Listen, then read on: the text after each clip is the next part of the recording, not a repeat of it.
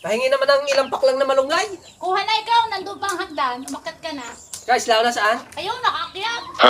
Utoy, ano yan? Bunga po ng malunggay. Tatay, tama na po. Madami na are. Madami pare Utoy. Aking papanghangin na lahat.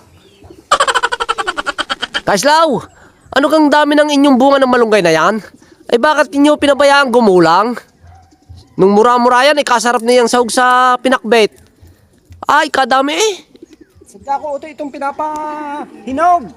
Bakit? Kapag hinog na ganito, di pinapanguha na. At aming hinihimay at binibilad. At di kay ito iniinom namin. Ah, ayun nga yung sinasabing napakadami daw benefits niyan eh. Malunggay na bunga na yan. Oo. Ay, pahingi naman ako ng kaunting malunggay diyan. Yung ilang paklang lang. Dahon, gagawin. Oo, na yan. dahon. Ay, are. Ako'y magugulay. Marami ka. Kaunti lang. Yan, tama na yan. Are, sige. Ayos na. Oh, ay, anong kapal ng bunga? Oo, kaya lang Utoy sariwa pa. Mga 2 linggo pa siguro, tuyo na yan. Ah, oh. Tatay, ginugulay ka po ito. Hindi, Utoy, ito ginugulay. Ito iniinom. Para po saan? Ito maraming benepisyo Utoy dito sa buto ng malunggay. Ito binabalatan.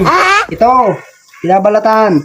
Pag lumabas yung kulay puti, yun ang iniinom. Ito daw maraming benepisyong nakukuha dito, katulad ng mga pampababa ng uric, ng kolesterol, ng asukal sa katawan, at saka yung high blood.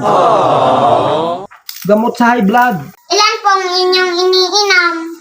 Minsan Utoy ay 5, 6, minsan 10. Wala namang problema kahit madami kang inumin ito. Ito naman walang side effect at ito'y herbal. Pampahaba po ng buhay. Oo, pampahaba ito ng buhay. Para pala pong pansit. Pampahaba pala po ng buhay. Ba't hindi po nire-resita ng doktor?